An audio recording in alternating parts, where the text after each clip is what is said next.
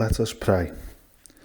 Living God, you walk alongside us and speak to us through the Scriptures. Your Son, Jesus Christ, listens to our hopes and fears and shows us how to live for one another.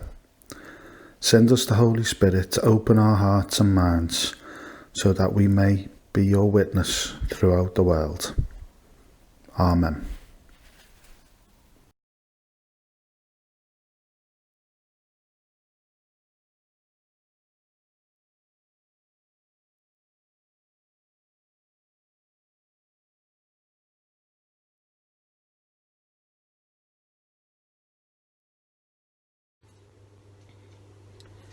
A reading from the Holy Gospel according to Mark.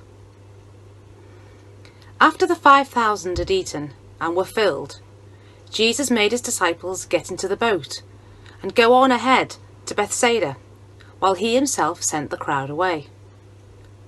After saying goodbye to them, he went off into the hills to pray. When evening came, the boat was far out on the lake, and he was alone on the land. He could see they were worn out with rowing, for the wind was against them. And about the 4th watch of the night, he came towards them, walking on the lake. He was going to pass them by, but when they saw him walking on the lake, they thought it was a ghost and cried out, for they had all seen him and were terrified. But he at once spoke to them and said, "Courage, it is I. Do not be afraid." Then he got into the boat with them, and the wind dropped. They were utterly and completely dumbfounded, because they had not seen what the miracle of the loaves meant. Their minds were closed. The Gospel of the Lord.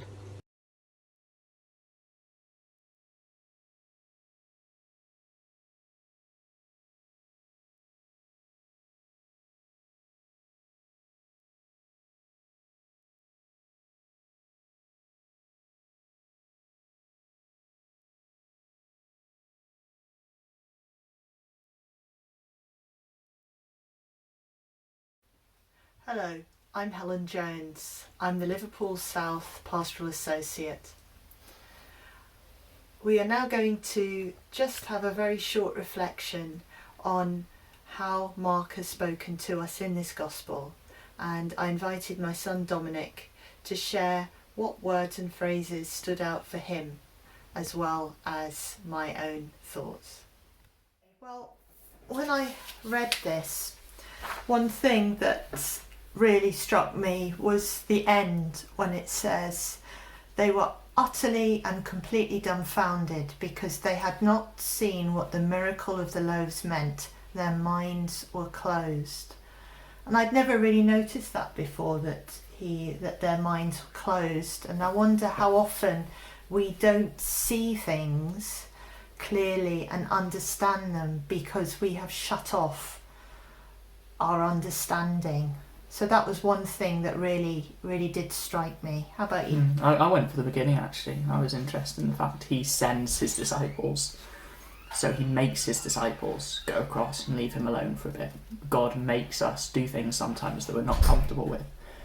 But no matter how far away we get, he can reach us. Because the quotation is far out on the lake. The disciples are isolated physically, and we can often feel like that thing, especially at the moment with COVID, whether it's emotionally or physically isolated. But God can still get to us, especially when we're worn out. As the disciples are here, they're worn out rowing. We can feel worn out sometimes, so it's important to remember God is there when we least expect it. And also what I thought there was that he understood that his disciples were tired, and that he really did care for them, because he says, it says here as well, he could see that they were worn out with the rowing, and he understands the wind was against them. So he's really understanding where they are.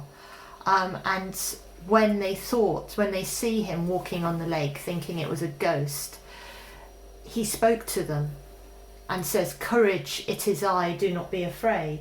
And at that moment, as they understand who it is, their fear has totally blinded them. Again, their minds were closed. Then the wind drops.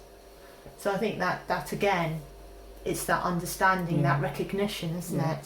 But you don't always realise what's happening. It can be confusing, life, and it can be tiring, and it can be upsetting, but sometimes you do need to realise God is with you, no matter what. Thank you. Thank you.